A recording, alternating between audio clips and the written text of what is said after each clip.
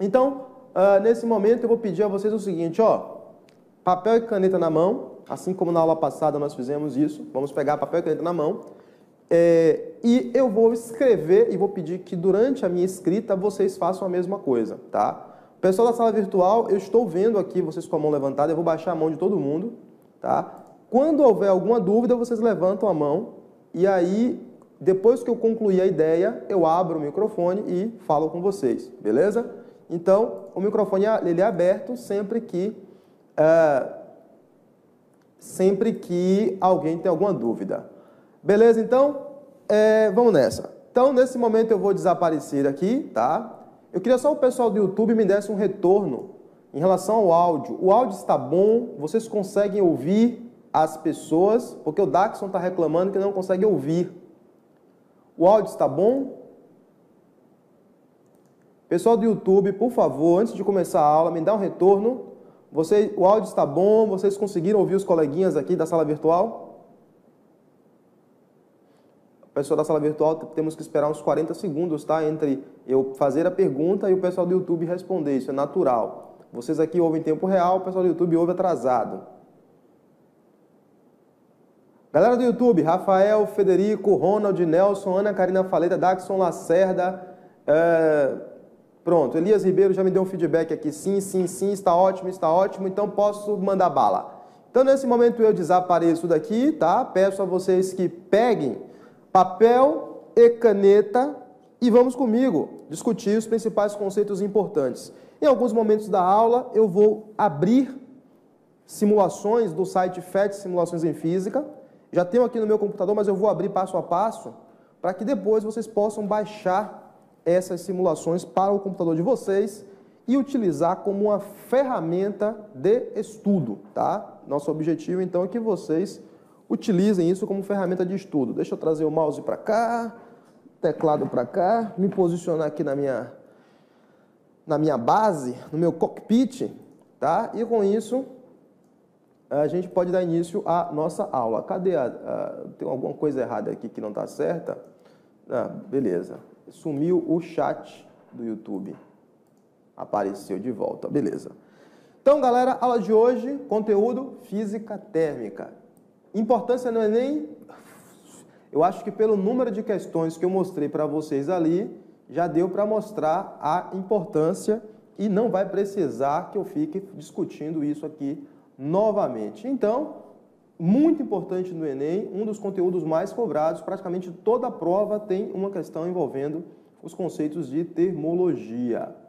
Então, a física térmica, ela é uma parte da física que vai estudar a medida da temperatura, a medida do calor e a transformação de calor em trabalho mecânico. É basicamente isso. Então, normalmente a física térmica ela vai ser dividida em sub-áreas, tá? As sub-áreas que ela vai ser dividida, na primeira parte, a gente vai estudar a termometria, que é a medida da temperatura.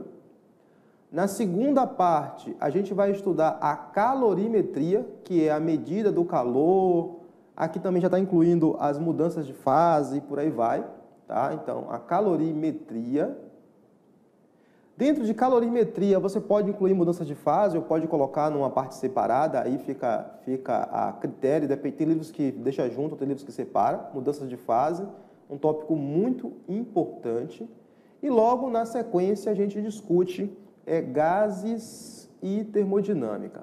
Tá? E termodinâmica, gases e máquinas térmicas, que são as aplicações das leis da termodinâmica. Então, basicamente, é essa maneira que a gente distribui.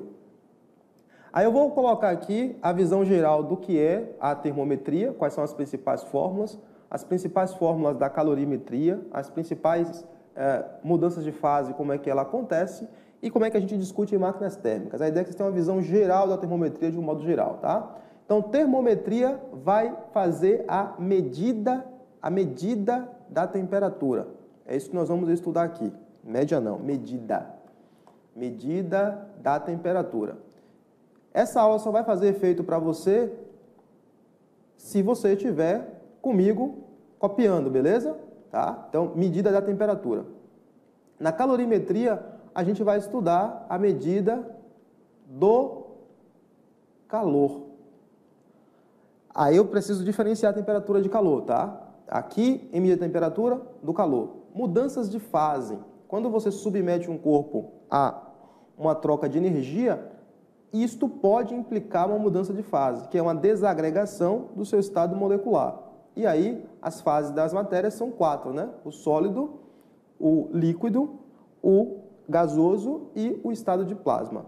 E no final, nós vamos estudar como é que a gente transforma calor, é basicamente o objetivo, em trabalho mecânico.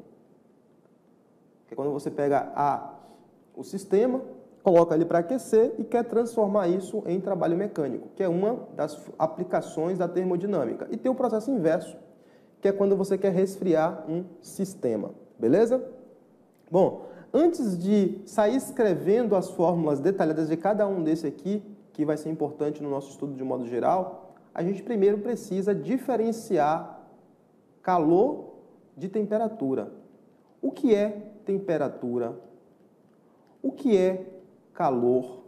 Por que as pessoas confundem os dois conceitos? Bom, a temperatura, se você pegar qualquer livro, vai dizer é a medida do grau de agitação térmica das partículas, né? É assim que diz lá, medida do grau de agitação térmica. Na prática está relacionado com as ligações moleculares, tá? E como é que essas moléculas estão se agitando na partícula, no corpo. Enquanto que calor é definido como sendo energia térmica em trânsito. A gente diz que os corpos não têm calor, os corpos têm energia. E que calor é energia térmica em trânsito. Somente você fala de calor quando tem energia térmica sendo transferida. Eu particularmente não gosto dessa definição e eu vou dizer para vocês por quê. Vamos lá? Vamos abrir o nosso FET, nosso não, né? É nosso, né? Porque é gratuito, é para todo mundo. O FET Simulações em Física tem uma animação, tem algumas animações bem legais para estudar termologia. Dá um Google, tá? Guarda isso aí no seu computador, porque isso vai ser útil para você estudar vários conceitos, vários, tá? Tá em dúvida em relação a algum conceito de física? Vem no FET. Existe uma versão em português, você pode procurar aqui embaixo, ó, português, tá? Então, FET Colorado Português, Física.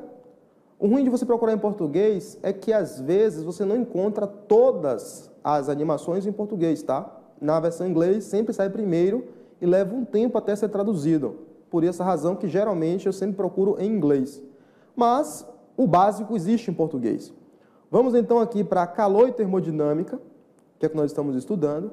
Aqui tem um que discute formas de energia e transformações, bem legal para o que a gente está estudando, mas eu vou pegar esse aqui, que é propriedades do gás.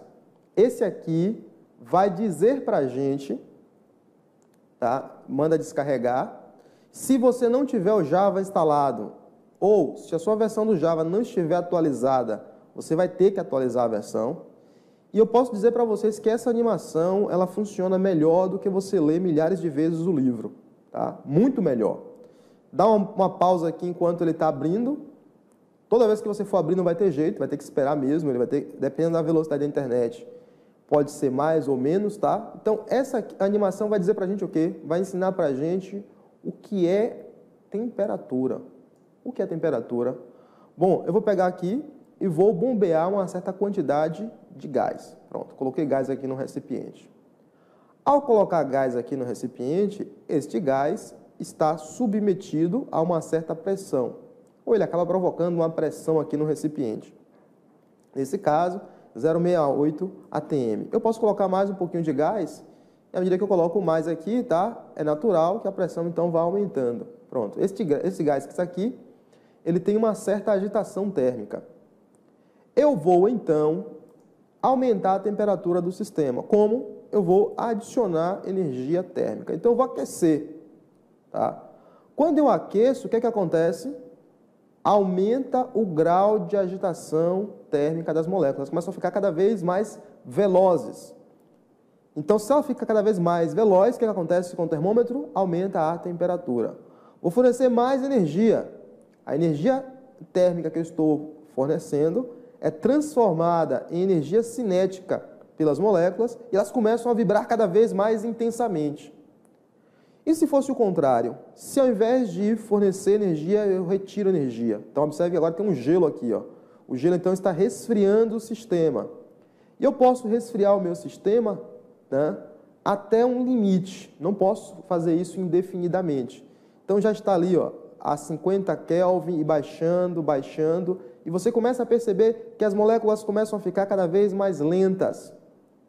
Até quando eu tentar chegar na menor temperatura possível. A menor temperatura possível é o zero absoluto. Ele vai tentar chegar muito próximo do zero absoluto, mas não vai chegar no zero absoluto. Então, 1 Kelvin, ele chegou em 1 Kelvin. Observe que nesse estado, as moléculas têm um grau de agitação extremamente pequeno. Então, tem que ficar claro para vocês, na cabeça de vocês, o que é temperatura? Temperatura mede o grau de agitação das moléculas, tá? Grau de agitação térmica das moléculas. Se as moléculas estão vibrando intensamente, isto quer dizer que... Opa, botei um S a mais aqui. Intensamente eu tenho alta temperatura. Se estão vibrando pouco, significa que eu tenho baixa temperatura.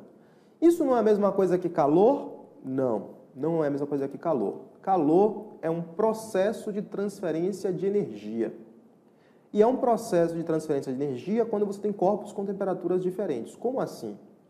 Eu posso transferir energia de várias maneiras, tá? Por exemplo, eu posso simplesmente pegar um corpo, este corpo está apoiado em uma superfície horizontal, como nós já fizemos aqui, né, na aula de trabalho e energia, e eu vou aplicar a este corpo uma certa força. Quando eu aplico uma força ao corpo, esta força vai realizar trabalho e vai deslocar o corpo por uma certa distância d. Depois de passar um tempo, o trabalho realizado por esta força vai se transformar em energia. Que energia? Energia de movimento, ou seja, energia térmica. O que foi que eu fiz? Eu utilizei a força para transferir energia. E aí eu tinha o trabalho sendo transformado em energia cinética. O trabalho é igual à variação de energia cinética que o corpo tem. Eu não posso dizer que a força tem trabalho. Força não tem trabalho. Trabalho não é algo que o corpo tem, tá? Que este corpo tem trabalho. Eu não posso dizer isso. Mas eu posso dizer que o trabalho foi realizado. E o trabalho se transformou em energia cinética. A mesma coisa a gente pode pensar em relação ao calor. Como assim, Paulo? Imagine que eu tenho um corpo e este corpo está numa temperatura de, sei lá, 100 graus na escala Celsius. Eu pego outro corpo de mesmo tamanho, de mesmo material e coloco ele a 60 graus na escala Celsius. Bom, se eles estiverem isolados termicamente, nesse caso, eles não vão trocar calor a menos que eu encoste. Se eu encostar os dois, vai começar então a haver transferência de energia do corpo mais quente para o corpo mais frio. Este corpo tem energia térmica. Este corpo também tem energia térmica. Os dois têm energia térmica. Os dois estão quentes se você botar a mão. Mas, em virtude desse aqui ter maior temperatura, a energia térmica vai fluir do corpo de maior temperatura para o de menor temperatura. Este processo de transferência de energia nós vamos chamar de calor. Então, o que é calor? Calor é um processo de transferir energia de um corpo mais quente para um corpo mais frio. Sempre nesse sentido. O calor nunca vai fluir no sentido inverso, do frio para o quente. Sempre do quente para o frio. Beleza? Tá, professor, mas não é a mesma coisa de dizer que calor é energia? Não. Esse corpo não tem calor, ele tem energia. Esse também tem energia. Eu posso aquecer um corpo sem fornecer a ele calor? Pode. Você pode aumentar a temperatura de um sistema sem fornecer calor. Basta que nesse exato momento, acompanhando essa aula, tá? Essa aula, você simplesmente pega e resolve atritar as suas mãos. Então você pode, por exemplo, ter o trabalho da força de atrito. Cadê aqui, se eu consigo reaparecer aqui para vocês? Consigo? Olha eu aqui de volta, tá? Se você simplesmente pega as suas mãos e resolve fazer isso, você começa então a aquecer as mãos sem você encostar um corpo quente em outro. Se você for uma pessoa normal, estiver em bom estado de saúde, as suas mãos têm a mesma temperatura. E se você começa então a atritar, quanto maior for a velocidade, mais quente vai ficar. Você está aumentando a temperatura sem fornecer calor. É possível aumentar a temperatura sem fornecer calor? Sim. Eu estou transformando o trabalho da força de atrito em energia térmica. Então, eu posso transferir energia através do trabalho. O trabalho é uma forma de transferir energia utilizando força. Calor é uma forma de transferir energia entre corpos que têm temperaturas diferentes. Tranquilo? Corpos não têm calor, corpos têm energia, corpos têm temperatura. Espero que depois dessa explicação, dúvidas sobre calor, que é comum, é recorrente em prova, o pessoal decora, mas não aprende. Eu espero que depois dessa tenha aprendido. Pessoal da sala virtual, alguém tem alguma pergunta? Ninguém tem pergunta? Vamos nessa então. Pergunta na sala virtual tem que ser feita usando o microfone, tá? Então, mas a Flávia só digitou aqui, não tem pergunta, vamos seguir. Bom, dito isso, diferenciação feita, o que a gente vai fazer agora? Agora a gente vai escrever as principais fórmulas que são importantes na hora de estudar este conteúdo. Então, os livros sempre começam por termometria. Então, termometria, vão anotando aí, tá? É a medida da temperatura. Existem 3 escalas termométricas utilizadas. Uma é a escala Celsius, que é a mais comum. A outra escala é a escala Fahrenheit, nos países de língua inglesa ainda utiliza, e a outra escala é a escala Kelvin, tá? Foram construídas em tempos diferentes. A escala Celsius tem os seus pontos fixos, tá? Existe o equivalente desse ponto fixo na escala Fahrenheit e o equivalente na escala Kelvin. Então, o que são pontos fixos? São pontos que a gente considera que a temperatura não muda. Então, sob condições normais, tá? Sob pressão atmosférica, nós vamos então escrever aqui quem são os pontos fixos na escala Celsius, na escala Fahrenheit e na escala Kelvin. Na escala Celsius, um ponto fixo é o ponto de fusão do gelo, que esse todo mundo conhece. O outro ponto fixo é o ponto de ebulição da água. O ponto de fusão do gelo, na escala Celsius, é 0 graus Celsius, enquanto que o ponto de ebulição da água é 100 graus Celsius. A escala Fahrenheit ela não foi construída utilizando esses pontos fixos, mas o equivalente dela é 32 graus Fahrenheit é o ponto de fusão do gelo e 212 graus Fahrenheit é o ponto de ebulição da água. A escala Kelvin, ela também não usou isso aqui como parâmetro, mas como é que ela foi construída? Ela foi construída tomando como parâmetro a escala Celsius. Como assim, Paulo? Traduza isso para mim. Bom, mais ou menos assim, ó. Voltando aqui para a nossa simulação do FET. Eu posso construir um sistema, tá? E nesse sistema, vou zerar aqui, vou reiniciar tudo. Reiniciando. Vou colocar aqui um certo gás. Este gás, então, está a 300 Kelvin. 300 Kelvin significa aí que ele está aproximadamente em temperatura ambiente. Este gás que está em temperatura ambiente tem uma certa pressão, tá? Então, tem pressão, tem temperatura, eu posso medir pressão e posso medir temperatura. Eu posso, então, ir tentar removendo energia do sistema. Eu encosto em algo frio, a temperatura vai diminuindo, a pressão vai diminuindo. Temperatura diminuindo, pressão diminuindo. Eu vou anotando isso numa tabela. Depois eu vou construir um gráfico com isso. Então, à medida que eu vou diminuindo a temperatura, a pressão vai caindo, caindo, caindo, caindo. No laboratório, o Kelvin não podia fazer isso de maneira até chegar no zero. Isso era impossível. Mas ele podia fazer uma extrapolação. Como é que Kelvin pensou? Ele pensou da seguinte maneira para construir a escala dele. Deixa eu voltar aqui um pouquinho. Ele constrói um gráfico, pressão em função da temperatura. Então, por exemplo, aqui nesse eixo daqui eu vou medir pressão, no eixo vertical. Enquanto que no eixo horizontal eu vou medir temperatura. Então, a temperatura é medida em graus Celsius, enquanto que a pressão pode ser medida em qualquer sistema de unidades que eu queira, tá? Então, graus Celsius é a minha referência. E aí, eu anoto, ó, para esta temperatura eu tenho essa pressão, para essa temperatura eu tenho essa pressão, para essa eu tenho essa, para essa eu tenho essa. Mas ele não podia ir muito para baixo, ele não podia reduzir muito, mas ele observou que para os pontos que ele podia medir, este gráfico dava uma reta.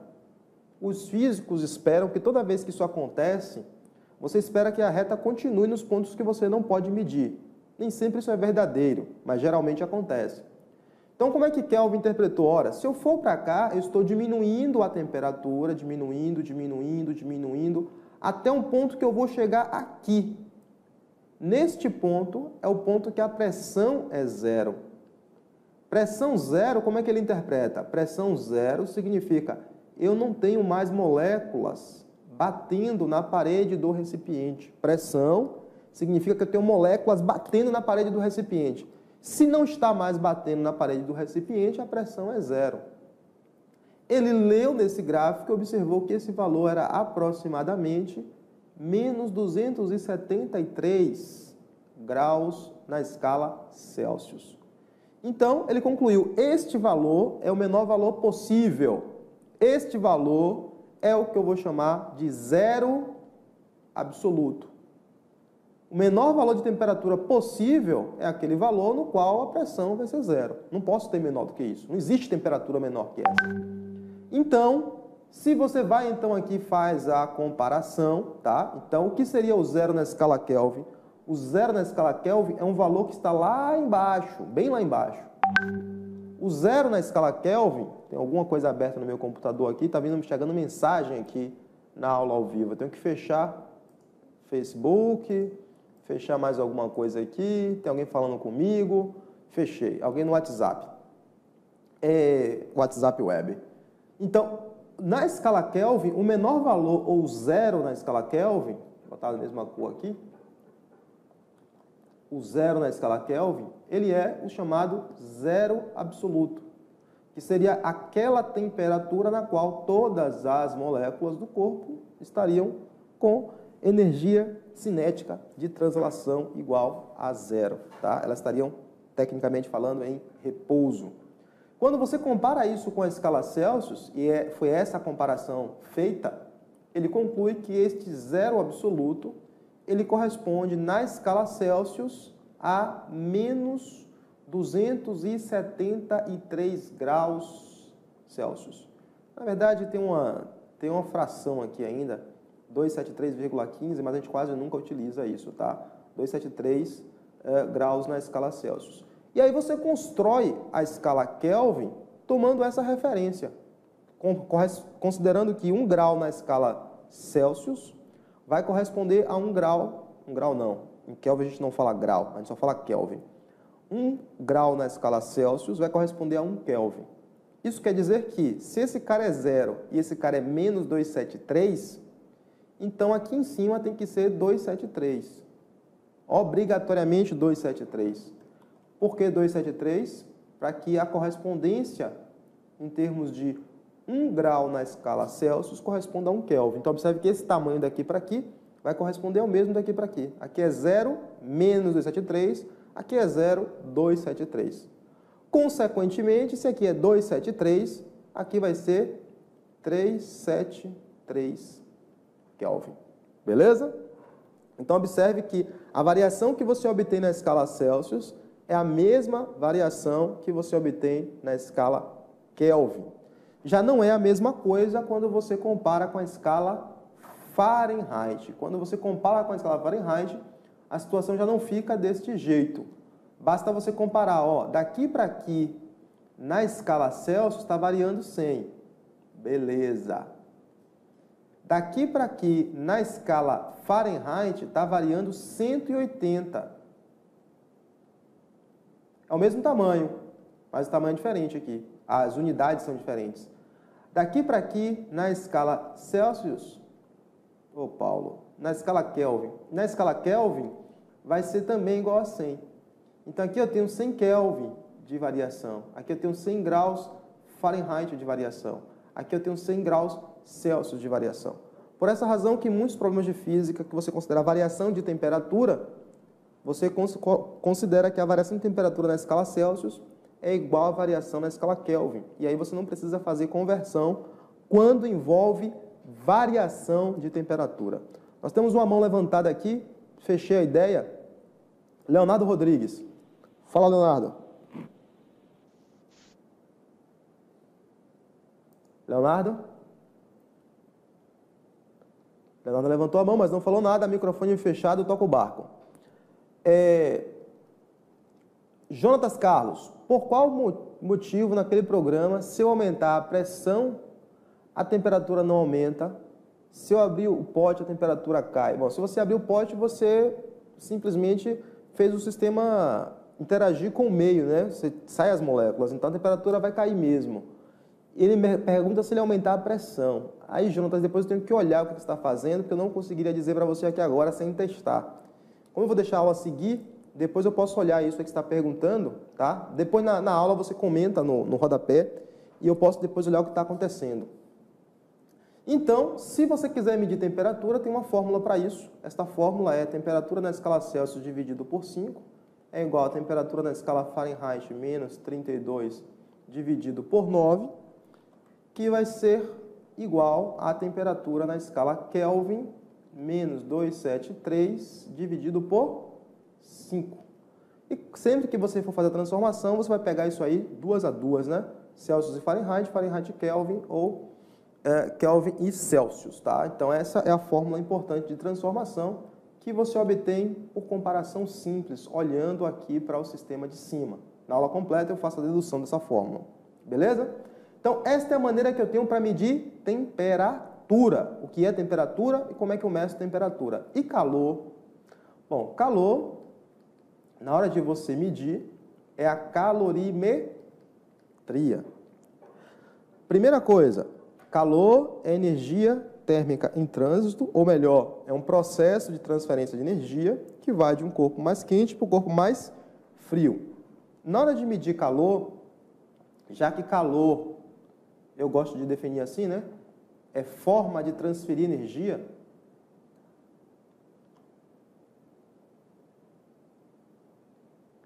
E existe uma relação entre a caloria e o joule, que é o equivalente mecânico do calor. Então, eu posso transferir calor com corpos de diferentes temperaturas, mas também posso fazer isso aqui, que eu citei na aula sobre energia, que é o experimento de Joule para encontrar o equivalente mecânico do calor, e vale repetir, porque experimentos históricos têm sido cobrados no Enem com uma frequência muito boa. Então, compreender esses processos é importantíssimo. Você pega um sistema que contém um certo conjunto de paletas, e tendo um certo conjunto de paletas, ele pode girar e agitar a água que está aqui. Nesse sistema, você vai introduzir um termômetro, e ao introduzir um termômetro aqui, esse termômetro será capaz de registrar a variação de temperatura. Então, houve uma época que os cientistas acreditavam que calor era um fluido que os corpos possuíam, até que se demonstrou que não era bem assim. E Joule foi um dos que encontrou a relação entre a caloria e a energia mecânica. Como assim? Esse sistema tem um conjunto de paletas, eu posso pegar esse sistema, tá? E posso enrolar alguma coisa aqui que me permita girar. Então, sei lá, pode ser alguma coisa do tipo, enrola alguma coisa aqui, um fio, esse fio então vai passar aqui por um conjunto, por uma polia, e ao passar pela polia, eu prendo isso. Opa, tá bugando aqui minha mesa digitalizadora. Isso aí é bug, que eu não escrevo assim. Ao passar por aqui, ele vai ter energia potencial gravitacional. Eu faço ele cair. Quando ele cair, a energia potencial gravitacional armazenada vai ser convertida em energia cinética. Essa energia cinética de rotação vai ser transferida ao sistema, agitando as paletas que estão aqui e agitando a água. Qual é o resultado disso? A temperatura que estava num certo valor vai aumentar. Com isso, a gente prova que temperatura está relacionada com o grau de agitação térmica das moléculas. Ocorre aqui uma variação de temperatura. E eu vou ter energia potencial gravitacional sendo convertido em energia térmica. O sistema vai absorver esta energia e estará sendo convertida em energia térmica. Joule chegou à conclusão de que uma caloria seria aproximadamente 4 joules. Hoje, a gente sabe isso em números melhores, e uma caloria é igual a 4,186 joules. Quer dizer, praticamente todos os sistemas físicos que envolvem energia em outras formas, eu posso usar essa energia para o aquecimento, tá? Para o aquecimento. Quando a gente se refere somente à energia térmica, na hora que você submete um corpo qualquer, então vamos imaginar que você pega lá um pedaço de aço, ou de ferro, ou de chumbo. Vamos imaginar que você pega chumbo. Você vai então e começa a fornecer energia a este chumbo. Ao fornecer energia ao chumbo, o que é que vai acontecer? Quando você fornece energia térmica, a primeira coisa que ele vai fazer é variar a temperatura. Ele vai aumentar a temperatura até atingir o chamado ponto de fusão. Então, quando ele atingir o ponto de fusão, e aí o ponto de fusão do chumbo, deixa eu lembrar qual é o ponto de fusão do chumbo. Eu não lembro o ponto de fusão do chumbo, mas ainda bem que eu estou dando aula na internet, e na internet a gente dá um Google, e o Google diz pra gente, o ponto de fusão do chumbo é 327 graus e meio. Então, eu estou então aquecendo o chumbo, vamos imaginar que ele está a temperatura ambiente, né? Inicialmente a 30 graus. Você fornece energia, ele vai simplesmente absorver energia, absorver, até quando? Até atingir o seu ponto de fusão. Então, quando você aquece uma substância, ele não começa a derreter imediatamente, ele precisa primeiro atingir o seu ponto de fusão. Quando atingir o ponto de fusão, que corresponde a 327 graus na escala Celsius aproximadamente, se você continuar fornecendo energia, este corpo então vai começar a fundir. Quer dizer, então eu continuo fornecendo energia, ele chega em 327 graus Celsius. Neste valor, ele chegou aonde? Na sua temperatura ou no seu ponto de fusão. Se você continuar fornecendo energia lentamente a esse sistema, ele vai começar a se desagregar. Ele vai começar a mudar de fase. Vai passar para a fase líquida. E se você continuar fornecendo calor a isso, pode chegar um ponto que ele vai começar a passar para a fase gasosa. Tá? Então, ele atingiria o ponto de ebulição. Então, eu vou atingir o ponto de fusão e eu vou atingir o ponto de ebulição do chumbo. O ponto de ebulição do chumbo não é algo tão absurdo assim, é cerca de 1.700 graus na escala Celsius. Tá, toda essa rodeio para fazer o quê? Para a gente escrever o que nós chamamos de curva de aquecimento de uma substância, que eu vou fazer aqui para o chumbo.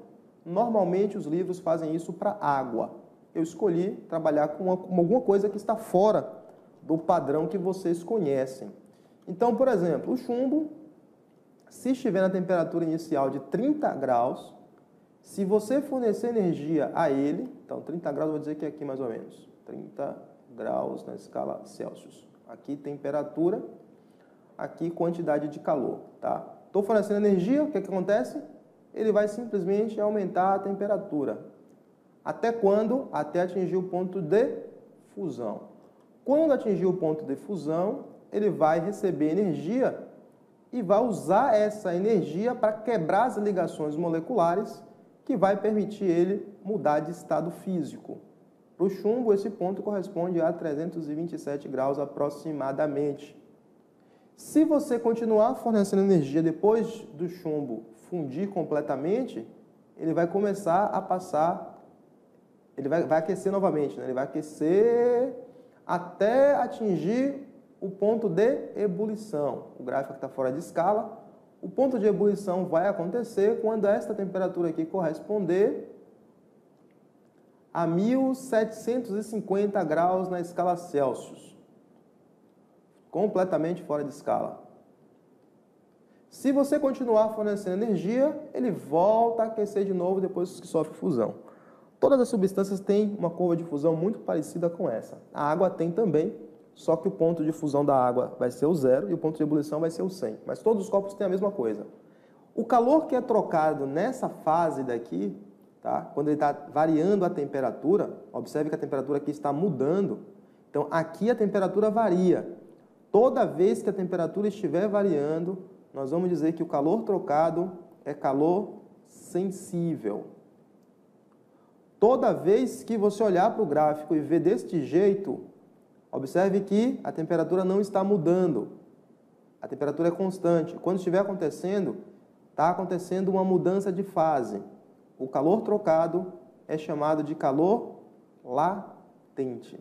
Então, na hora de você trabalhar com aquecimento de substâncias, tem que ter cuidado com os pontos que ele vai estar sofrendo uma mudança de fase. Enquanto a mudança de fase estiver acontecendo, o calor trocado é chamado de calor latente, tem uma fórmula específica para isso. Quando estiver variando a temperatura, o calor é sensível. Então, quais são as fórmulas importantes? Bom, primeiro eu vou escrever a do calor sensível. Nós vamos dizer que o calor sensível é sempre que houver variação de temperatura. E sempre que houver variação de temperatura, não ocorre mudança de fase. Tá? Então, quiser calcular isso? Quantidade de calor é igual a massa vezes o calor específico vezes variação de temperatura. E quando estiver ocorrendo uma mudança de fase, o calor trocado é chamado de calor latente. E o calor latente ocorre sempre que muda de fase. E sempre que muda de fase, você não pode usar essa fórmula. Você vai usar a quantidade de calor trocado é igual a massa vezes calor latente específico da mudança de fase que está ocorrendo. Como assim? Esse L pode ser uma fusão, então pode ser o L de fusão. Esse L pode ser de evaporação ou de vaporização. E pode ser do processo inverso, tá? Então, depende da mudança de fase que está ocorrendo no processo. Então, duas maneiras de você calcular o calor. Aqui, vale a pena destacar um conceito que é muito importante e que pode cair, já caiu em provas anteriores, pode cair de novo, que é o conceito de calor específico. Então, quando eu escrevo essa fórmula daqui, tá? Esse M é a massa. Normalmente é medido em gramas, embora no sistema internacional seja quilogramas. Este C que aparece aqui é o chamado calor específico. E sobre ele a gente tem que fazer uma discussãozinha breve. Esse calor específico normalmente é caloria por grama grau Celsius. E esse ΔT é a variação de temperatura. E variação de temperatura normalmente vai ser medido em graus Celsius. Tá? Nesse caso, se for medido em Kelvin, lembre-se que a variação na escala Celsius é igual à variação em Kelvin, e por esta razão você não precisa se preocupar em fazer nenhum tipo de transformação. Bom, sobre esse cara aqui, que é o calor específico, vale alguns comentários. O que é este tal calor específico e como ele se compara com a capacidade térmica? Teve alguém lá no grupo no WhatsApp, quem quiser participar do grupo no WhatsApp, depois me manda um e-mail com o telefone que eu adiciono, que queria saber a diferença de calor específico para capacidade térmica, já que sempre confundia os dois. Bom, o calor específico depende do tipo de material. Basicamente, depende do tipo de material. Como assim? Aqui, mais uma animação do FET Simulações em Física. Eu posso pegar um bloco de ferro, um tijolo, tá? E posso colocar sobre ele um termômetro e sobre o outro termômetro. Quando eu aqueço o ferro, eu vou observar, né, já que eu estou fornecendo calor ao sistema, fornecendo energia térmica ao sistema, eu vou observar que ele está absorvendo energia.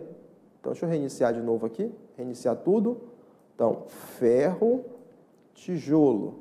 Vou pedir para ele mostrar o símbolo de energia, tá? Então, tem energia térmica aqui, tem energia térmica aqui. Vou colocar um termômetro aqui, vou colocar um termômetro aqui e vou colocar um termômetro na água, tá? Os três sistemas estão inicialmente em contato com o ambiente. Consequentemente, os três sistemas têm a mesma temperatura. E observe lá que os três termômetros estão marcando a mesma quantidade. Aí o que eu vou fazer então? Eu vou fornecer energia ao sistema. Como assim? Eu vou aquecer. Então eu vou aquecer aqui, ó.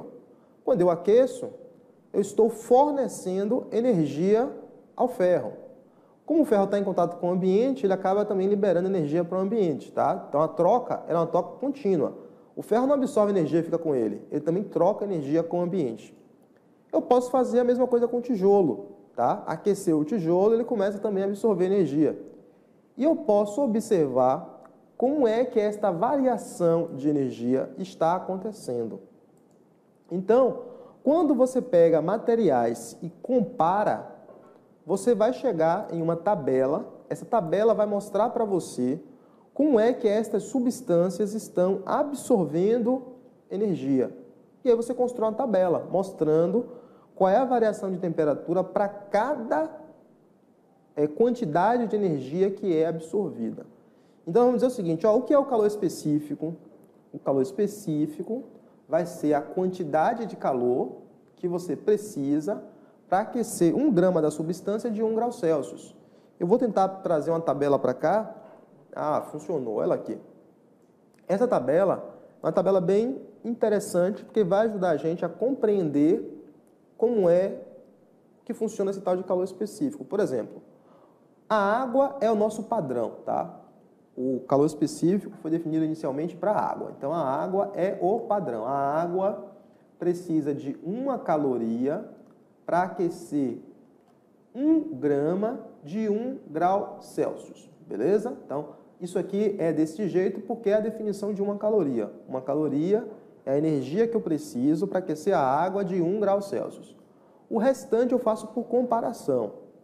Então, observe que, por exemplo, o álcool etílico é mais fácil de aquecer do que a água. Por quê? Porque eu preciso de 0,58 calorias para aquecer 1 grama de álcool etílico de 1 grau Celsius.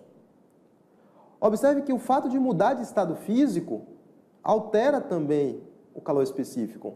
Água, líquido. A água, 1 caloria por grama grau Celsius. Enquanto que o gelo também é água, só que a água no estado sólido, o calor específico do gelo é de 0,5 calorias por grama grau Celsius. Quer dizer, se você fornecer a mesma quantidade de energia para a água e para o gelo vai aquecer mais, vai variar a temperatura mais. Por quê? Porque apenas 0,5 caloria é suficiente para 1 grama variar de 1 grau Celsius.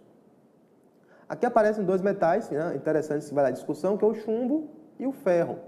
O chumbo tem um calor específico muito pequeno. Isso quer dizer que o chumbo esquenta muito rápido. Ele precisa de muito pouca energia para variar a temperatura de 1 grau Celsius. O ferro precisa de 0,11. Então, por exemplo, comparando ferro e água, é 10 vezes mais fácil aquecer o ferro do que aquecer a água. E todo mundo sente isso quando tenta aquecer algum metal, né? É muito fácil aquecer um metal, por quê? Porque ele tem um calor específico muito baixo. Bom, então calor específico é o quê? Quantidade de calor para aquecer 1 grama de uma substância de 1 grau Celsius. Aí vem alguns problemas. Ao invés de falar de calor específico, o problema vai e fala de capacidade térmica. E normalmente o pessoal costuma confundir os dois conceitos. Bom, capacidade térmica normalmente vai ser utilizado para se referir a recipientes. Você tem um certo recipiente lá, e para esse recipiente você quer, por exemplo, você não quer saber qual é o material dele, você não quer saber qual é a quantidade de calor que ele absorve por grama, ou desculpe, qual a quantidade de calor que você precisa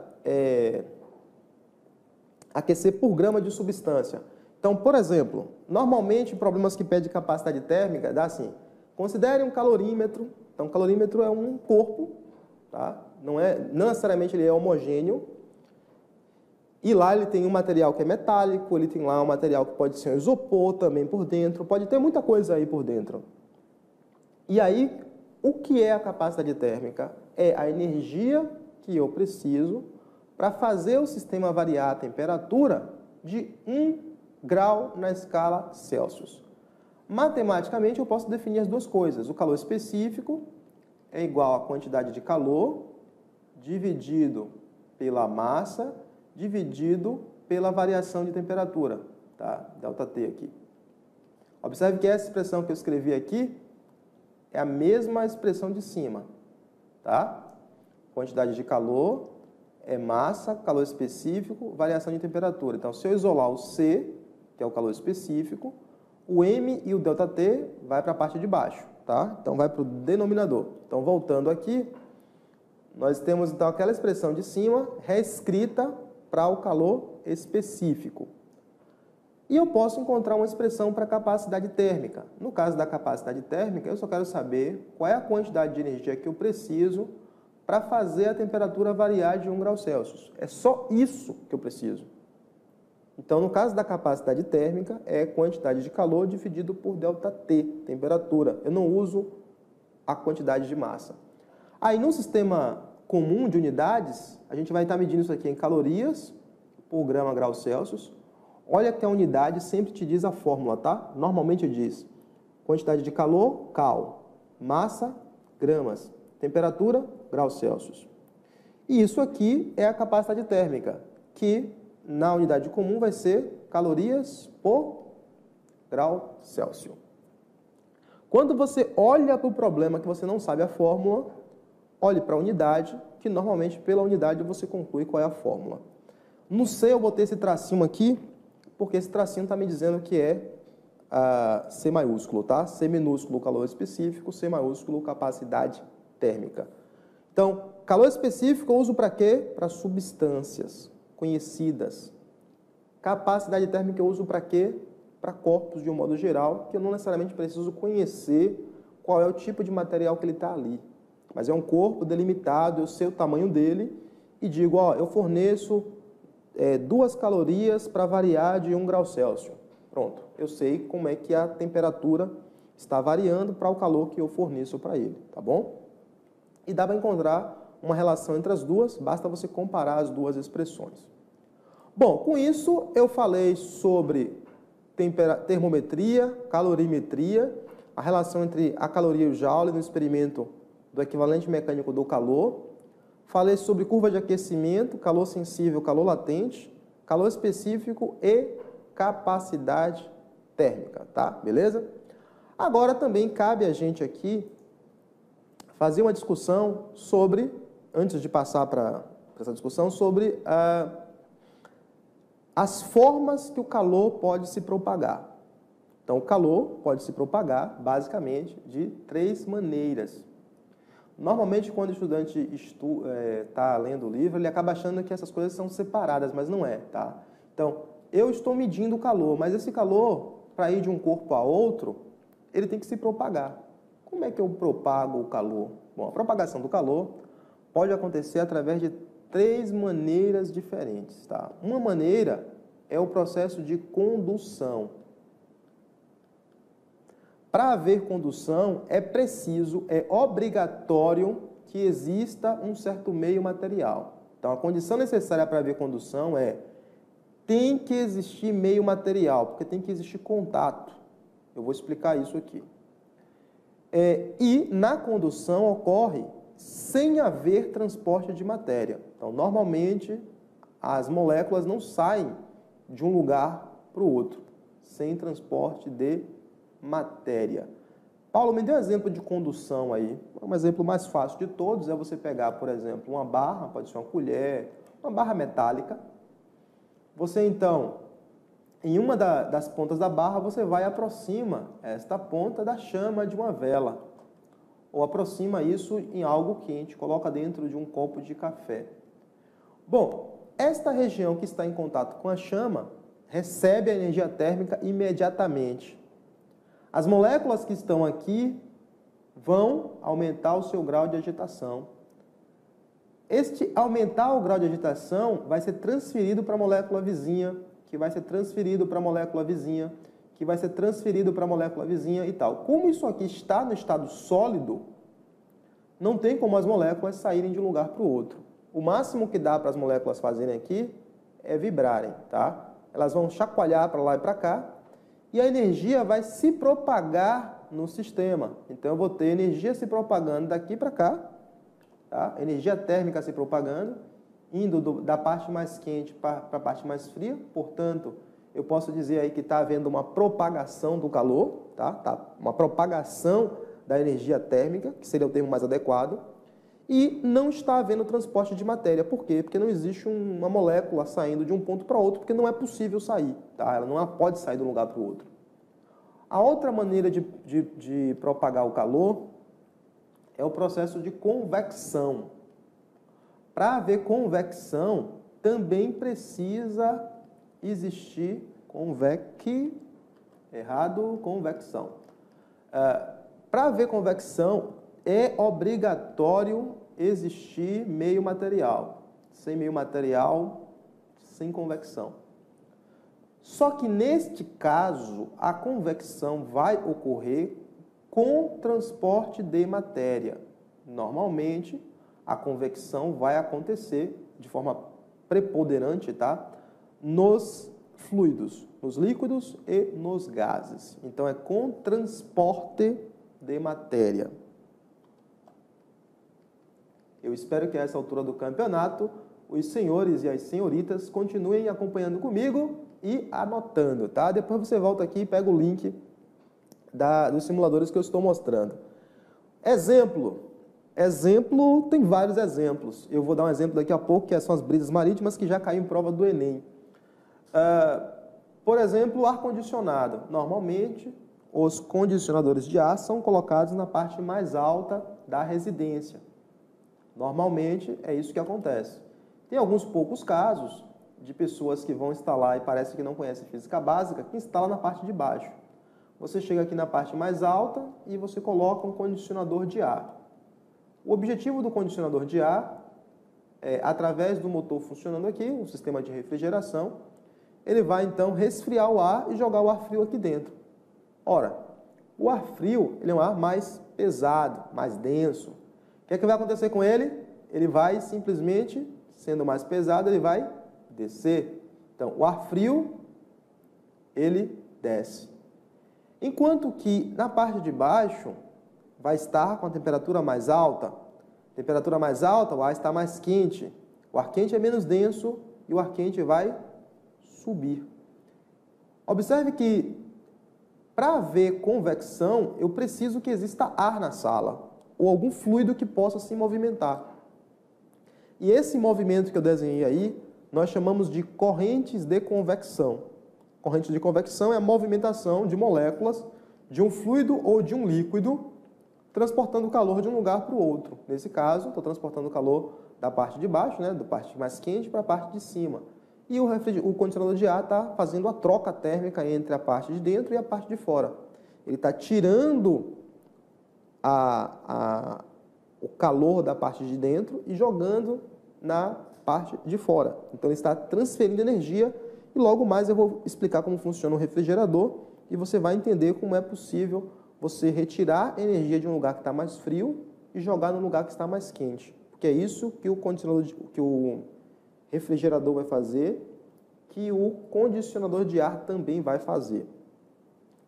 Existe um terceiro processo que é a radiação, às vezes também chamado de irradiação. Vale destacar que os processos eles não são únicos, Ou acontece um ou acontece outro. Normalmente, quando se estuda isso, parece que é uma coisa ou outra, não é bem assim. Geralmente, acontece tudo junto e misturado. É difícil você separar. Para haver convecção, em última instância, é preciso também um pouco de condução. Eu preciso encostar algo nas moléculas para transferir a energia. Só que a condução não é o processo mais importante. Por exemplo, antes que alguém pergunte aqui, já vou logo adiantar. Eu poderia, por exemplo, aqui ter uma panela aquecida. Quando as moléculas de água entram em contato com a energia, absorvendo a energia, o primeiro contato é a condução. Só que depois a molécula sai de um lugar e vai para o outro. Quando ela leva essa energia de um lugar para o outro, passa a ser convecção. Então você pode ter convecção e condução no mesmo sistema. Só que a convecção passa a ser algo mais importante. Já eu falo com Daxon Lacerda. Radiação ou irradiação? Bom, radiação e irradiação não precisa de meio material, Quando eu digo que não precisa, não é que não pode ter, é que não precisa. Pode ter e pode não ter. Então, não precisa de meio material. Normalmente, um meio material atrapalha a radiação. A radiação se propaga melhor no vácuo, porque vai se propagar através de ondas eletromagnéticas. E estas ondas eletromagnéticas têm maior valor no vácuo, tá? As ondas eletromagnéticas se propagam no vácuo com uma velocidade, né? A velocidade da luz.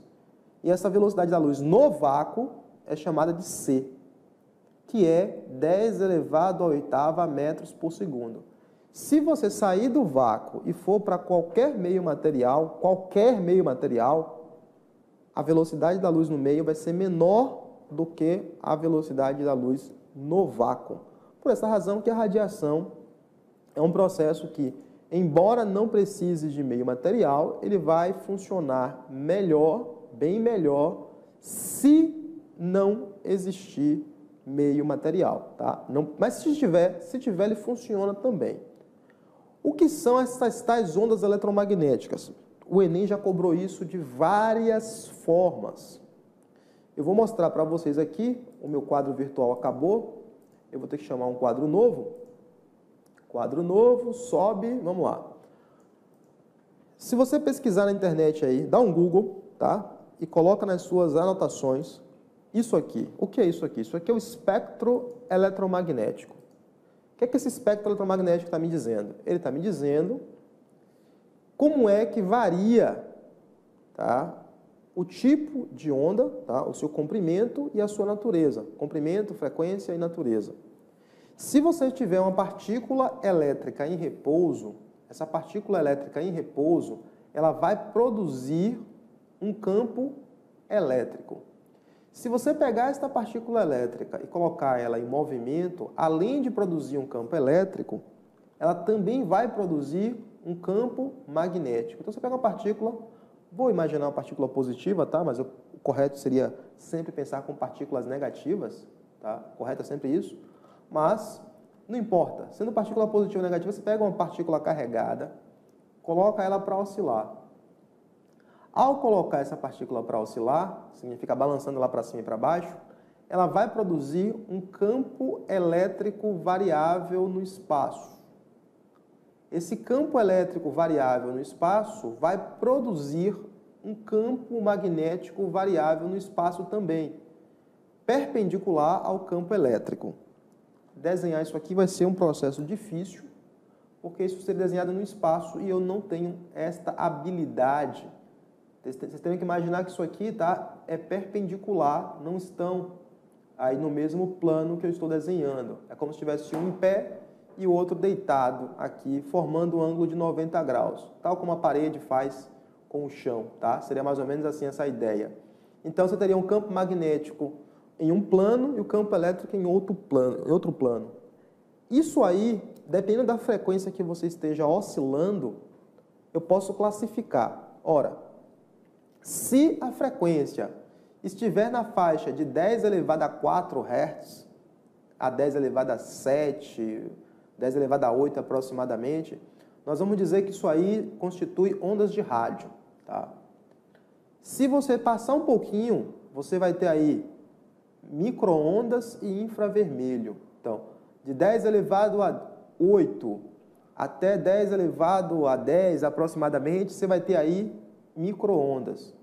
De 10 elevado a 10 até 10 elevado a 12, você vai ter infravermelho. Tá, Paulo? O que é que tem a ver isso aí com calor? Tudo a ver. É aqui, é no infravermelho que estão, o que nós chamamos de radiação térmica. A radiação térmica é uma onda eletromagnética, tá? E ela está na faixa do infravermelho. Por que é infravermelho? Porque tem frequência abaixo do vermelho. É por isso que é chamado de infravermelho. Na faixa de 10 elevado a 14 Hz, 10 elevado a 14 oscilações por segundo, você vai ter o que nós chamamos de luz visível. A luz visível vai do vermelho ao violeta. Tá? Do vermelho ao violeta, nós temos aí o nosso espectro visível. Se você aumentar ainda mais a sua frequência, você vai cair no ultravioleta. O que é ultravioleta? Frequência acima do violeta. Se você aumentar ainda mais, você cai nos raios X. Se aumentar ainda mais, raios gama. Os raios gama são produzidos através de interações nos núcleos atômicos. Quando acontece uma desintegração nuclear, normalmente é acompanhada da emissão de raios gama. São raios de muita energia, energia gigantesca. Tá? Por que energia gigantesca? Porque tem frequência muito alta. Raios X são produzidos por elétrons dentro do átomo. Uma desaceleração de elétrons provoca a emissão de raios X. Raios ultravioleta para baixo são provocados normalmente por interações entre os elétrons. A transição de elétrons pode provocar variação que vai das ondas de rádio até ultravioleta. Então, quando a física estiver falando de ondas de rádio, micro-ondas, infravermelho, luz visível, ultravioleta, raio-x, raios gama, para o físico, isso tudo constitui onda eletromagnética, onde a diferença entre eles é basicamente a frequência. Quando você liga seu rádio e diz, 88.7 no radinho, 88.7 aqui na Bahia é uma rádio chamada Bahia FM, 88.7 MHz, significa o seguinte, é uma onda eletromagnética que está oscilando, megahertz, que está oscilando 88 milhões de vezes por segundo, porque mega quer dizer milhões, 88 milhões de vezes por segundo. Ou seja, se é 10 elevado a sexta, na tabelinha aqui, 10 elevado a sexta, está aqui assim mais ou menos, tá? 10 elevado a sexta equivale à nossa faixa que corresponde às ondas de rádio. Se você for para o micro-ondas, normalmente o micro-ondas funciona na faixa do gigahertz. Tá? Gigahertz, se você for olhar, está mais ou menos aqui, nesse intervalo aqui, tá? Já que giga é 10 elevado a 9 e por aí vai. Então eu espero que os conceitos tenham ficado claros. Vou falar agora de aplicações. Alguém no YouTube tem alguma pergunta? Deixa eu olhar aqui. Pergunta, não tem. Sala virtual, Flávia, Jonatas, Leonardo, Ronald, Vitor Hugo. Deixa eu ver quem mais está na sala virtual aqui. E Daxon Lacerda.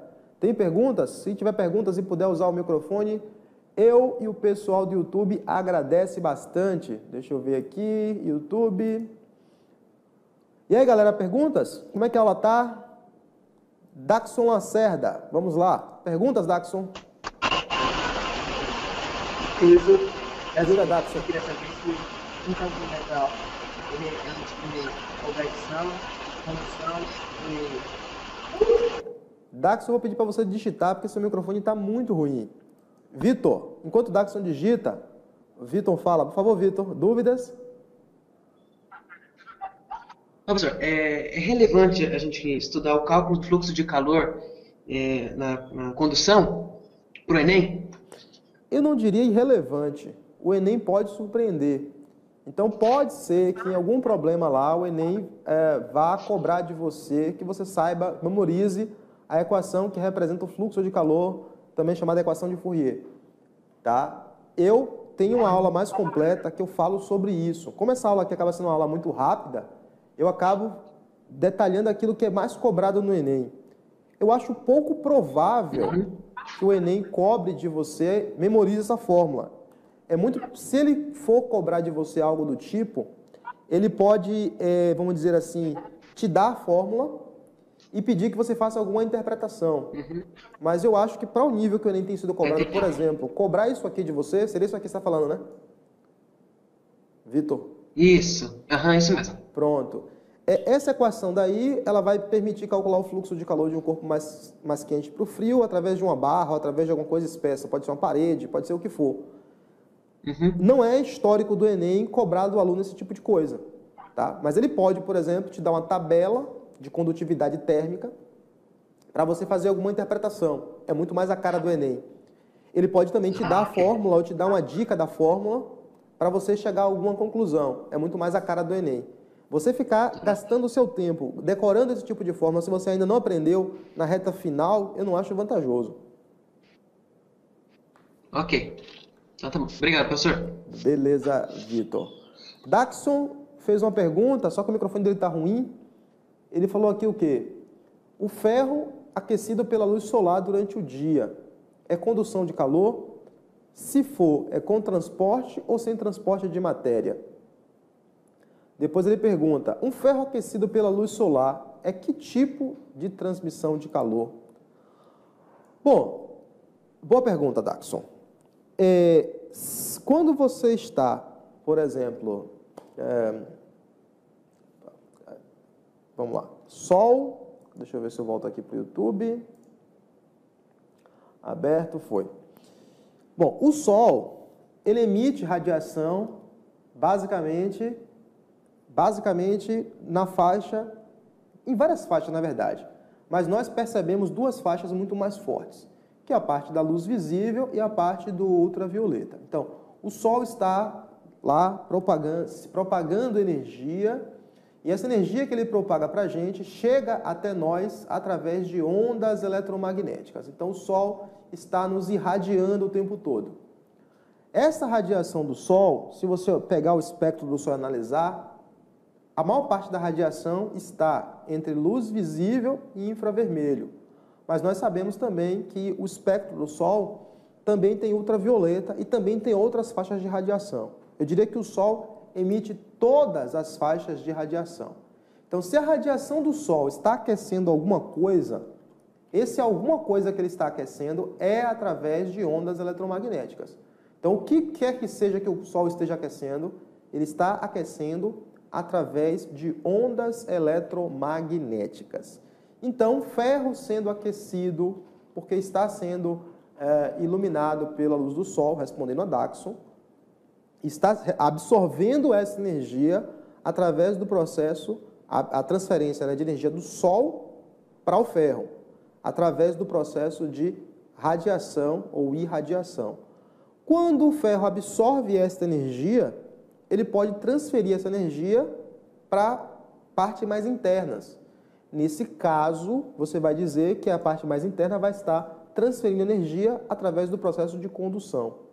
Além disso, Daxon, quando o ferro também absorve energia, ele vai também aquecer o ar. Então, deixa eu pegar uma imagem de ferro aqui, já que Daxon falou de ferro.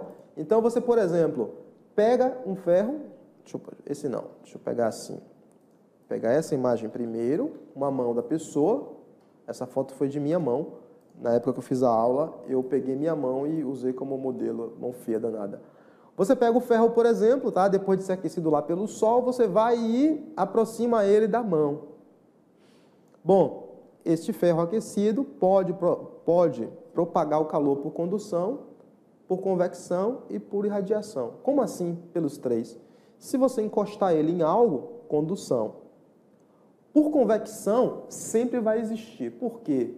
O ar que está aqui em volta vai estar, as moléculas de ar, né, vai estar em contato com o ferro. Quer você queira, quer você não queira, não tem como fugir disso. As moléculas de ar, quando encostarem no ferro quente, elas vão ficar mais quente. Ficando mais quente, ela fica menos densa, consequentemente vai subir. Então, o Sol absorveu o ferro.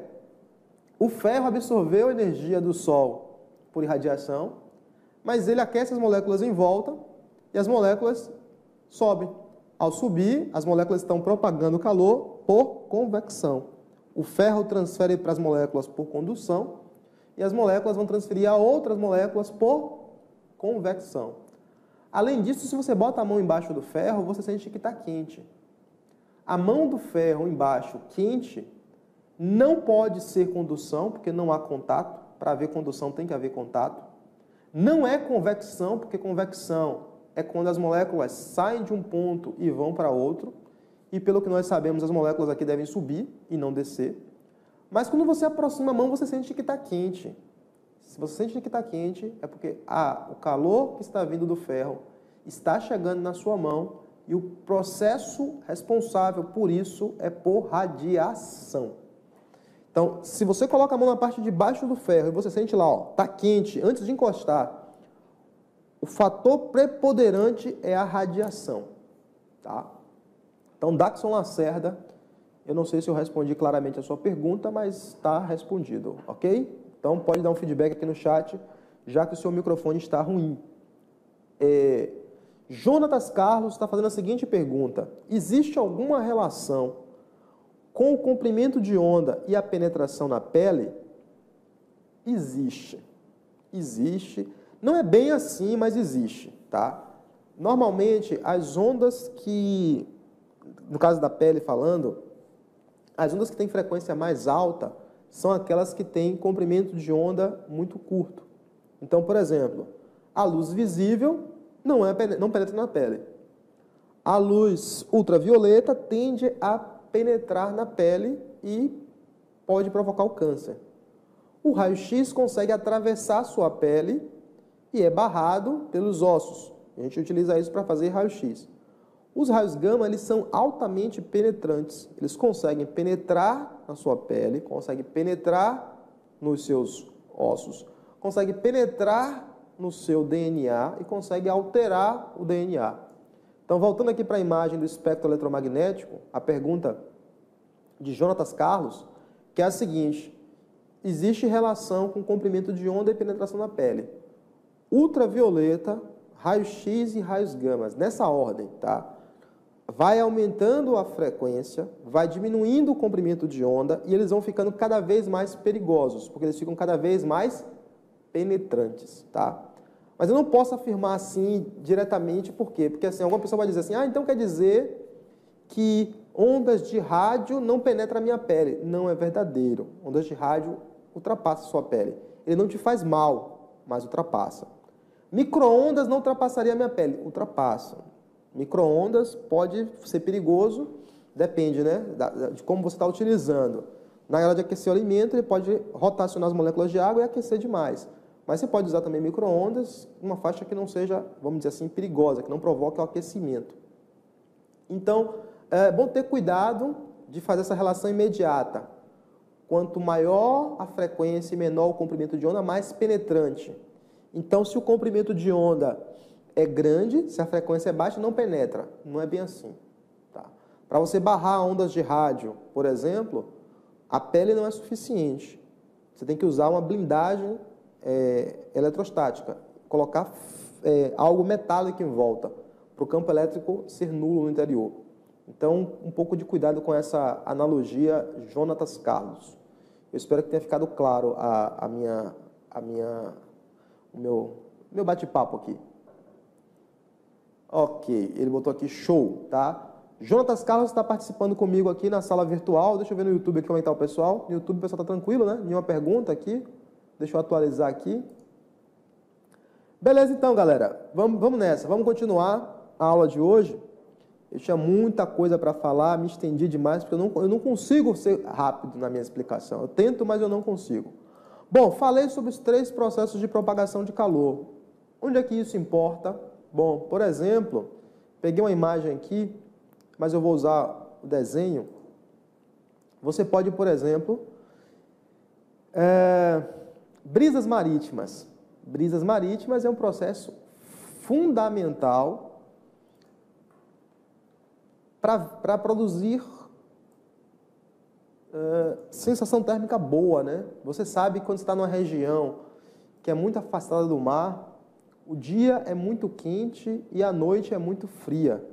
Eu peguei essa imagem de algum livro e aí peço desculpas ao autor por não ter pego a referência. E quero criar o hábito sempre de pegar a referência e dar devidos créditos a quem produziu a imagem. Então aí nós temos 2 imagens que refletem bem as brisas marítimas e brisas continentais. Como assim? Bom, durante o dia, tá, o que acontece é, a areia tem um calor específico muito baixo.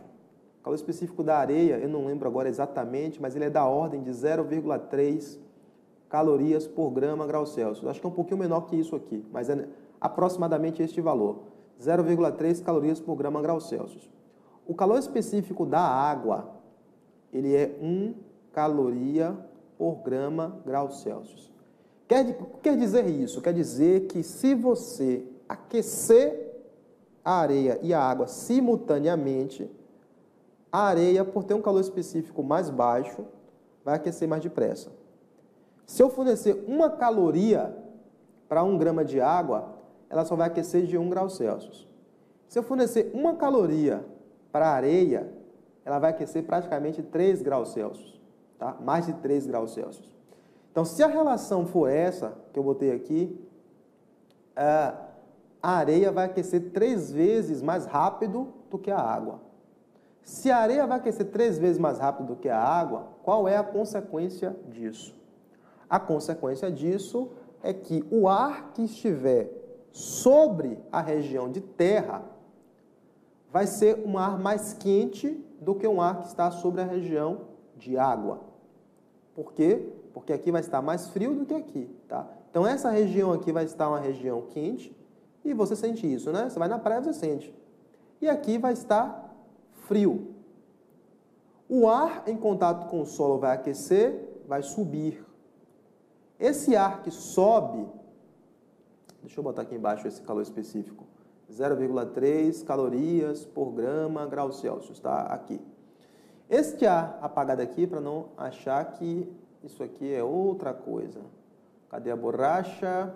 Vamos lá. Então, o calor específico é da areia. Pronto, feito.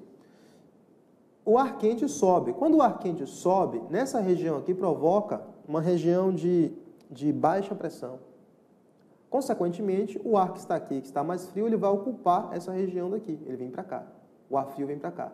O ar quente sobe e o ar frio ocupa essa região. Durante o dia, nós temos o que chamamos de brisas marítimas. Então, as brisas marítimas é esta brisa que vem do mar. Então, a brisa, faltando água aqui para poder refrescar minha garganta. Então, a brisa que vem do mar é chamada de brisa marítima. Essa é a sequência que acontece durante o dia. À noite, o processo é invertido. A água é muito difícil de esquentar, mas ela também é muito difícil de esfriar. Então, à noite, o sol se põe, não tem mais a radiação térmica do sol para aquecer a água e para aquecer a areia. O que é que vai acontecer? O que vai acontecer é que ele vai começar a diminuir a sua temperatura, cedendo calor para o ambiente. A água demora muito para esquentar, mas como o calor específico dela é muito alto, ela também demora muito para esfriar. Para diminuir a temperatura da água de 1 grau Celsius, né, 1 grama de 1 grau Celsius, eu preciso ceder 1 caloria. Já a areia vai esfriar mais rapidamente. Qual é a consequência disso? Quem já tomou banho no mar à noite ou no rio à noite sabe disso. A sensação térmica, quando você está na água, é que ali está quentinho. Quando você sai, você sente o frio. Então, a água ficou o dia todo esquentando e vai demorar muito para esfriar. Resultado, você vai ter a região de terra mais frio, enquanto que você vai ter a região de água mais quente. Qual é a consequência disso? O ar quente que está aqui vai subir, vai provocar aqui uma região de baixa pressão e você vai ter brisa soprando da terra para o mar. Isso aí é chamado de brisa continental. E é por esta razão que antigamente, quando os barcos eram movidos à vela, os pescadores aproveitavam isso para ir para o alto mar e para voltar. Tá? Os caras não sabiam física, mas eles percebiam, se eu içar minha vela, eu aproveito a brisa continental à noite e avanço para alto mar. Durante o dia, eu pego carona e volto. E assim os pescadores faziam as suas pescarias num período que não existia motores para movimentar os seus barcos. Né? E as pessoas se deslocavam de um continente para outro continente, apenas aproveitando este movimento das brisas marítimas, alterando as suas velas. Assim, o Brasil foi invadido, assim a América foi colonizada. Alguém fez alguma pergunta aqui? Flávia Souza, isso acaba de uma certa forma intensificando o El Niño.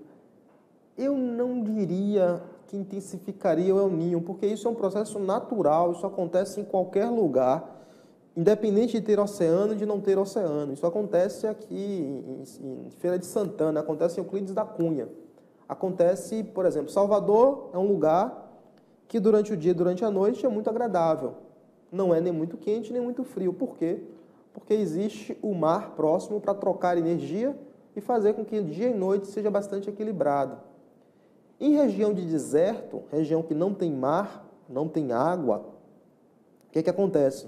Nestas regiões que não tem água para trocar energia durante o dia e durante a noite, durante o dia faz um calor infernal, e aí quem mora em regiões assim pode me certificar disso, e durante a noite faz um frio miserável.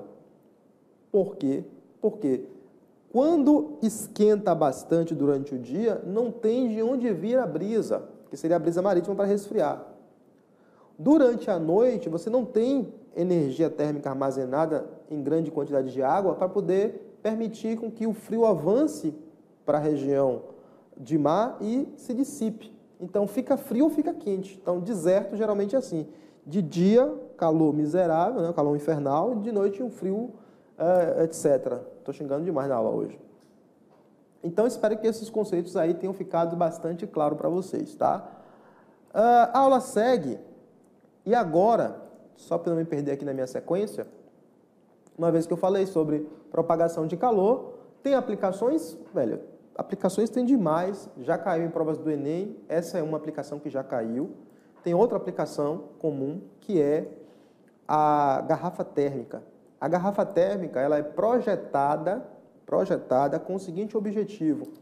O objetivo é impedir a propagação de calor. Então, garrafa térmica é outra aplicação que você deve anotar aí, que você deve compreender, porque já caiu anteriormente e pode cair de novo, tá? Então, a garrafa térmica o objetivo dela é impedir que os 3 processos de propagação aconteçam. Então, ele vai proteger um líquido quente, para ele continuar quente, ou vai proteger um líquido frio para ele continuar frio. O que acontece com o líquido quente? Ele pode tentar propagar o calor por condução. O que é que você faz? Você faz uma parede duplamente espelhada e faz vácuo. Você retira o ar dali. Se você retira o ar, você está retirando o meio material. Se você não tem meio material, não tem como haver condução, nem tem como haver convecção. Então, você impede o processo de 2 maneiras. Além disso, você coloca paredes prateadas duplas, né? Parede espelhada dupla. Quando você olha para dentro da garrafa térmica, você vê que tem lá algo parecido com espelho. Quando você quebra uma, você vê que tem espelho nas 2 faces. Por quê? Porque se o líquido estiver quente, o calor vai tentar sair da garrafa por condução. Condução não vai sair porque não tem meio material, tá? Então, vácuo é sem meio material. Então, não tem meio material. Mas não havendo meio material, o calor também pode se propagar por radiação. Ele vai tentar sair daqui por radiação. Só que radiação é uma onda eletromagnética que pode ser refletida em espelhos. Então, ele vai bater na parede e vai voltar. Vai bater aqui e vai voltar. Ou seja, a parede duplamente espelhada impede que o calor saia por radiação. Então, você protege por condução, por convecção e por irradiação. Paulo, e se fosse um líquido gelado? Como é que seria isso? Então, vamos imaginar que ao invés de botar um café, eu vou botar um suco gelado. Então, aqui não é mais quente. Agora é um líquido gelado. Sendo um líquido gelado, algo frio, como é que seria o processo? Vamos lembrar? Calor se propaga sempre do quente para o frio. Nessa ordem. Sendo quente, ele vai tentar sair, o calor. Sendo algo frio, o calor vai ter que vir de fora, tá? Não é o frio que se propaga, é o calor que se propaga. Tá? Não se fala propagação do frio, isso não existe. Nesse caso daqui, o que vai acontecer então? O ambiente externo, vamos imaginar que esteja a 30 graus Celsius. Vamos imaginar que você botou um suco aqui, que esse suco está a 10 graus Celsius. Ou a 5 graus Celsius, não importa, está menor. O que é que tem que acontecer? O calor tem que se propagar do mais quente para o mais frio. não vai existir por condução nem convecção, porque o vácuo vai tentar impedir esse processo. Então, vai tentar haver propagação por irradiação. Quer dizer, a radiação térmica da parte de fora vai tentar entrar no recipiente. Só que a parede é duplamente espelhada. Qual é o resultado? Bate e volta. Vai tentar entrar, vai bater e vai voltar. Então, a parede é duplamente espelhada para evitar que a propagação de calor por radiação entre ou saia da garrafa. Mas, mesmo assim, este isolante não é perfeito. Como esse isolante não é perfeito, tá? Por exemplo, é impossível você fazer uma garrafa térmica e não ter um mínimo de contato. Então, você evita o contato onde dá. Mas, por exemplo, aqui tem um mínimo de contato para fazer de base. Isso aqui é uma porta de saída. Aqui também tem contato, tá? Não tem como evitar esse contato aqui. Você evita o contato onde dá, mas tem lugar que não dá para evitar o contato. Então, havendo contato, vai haver sim uma propagação de calor pequena aqui por condução. Cada vez que você abre a garrafa e fecha, você também perde no processo. Então, ela vai demorar muito de esfriar, mas ela vai esfriar, tá? Sempre vai esfriar. Pode levar um dia, pode levar 2. Se você não abrir, pode levar 3 dias. Ainda vai estar um pouquinho morna, mas vai esfriar.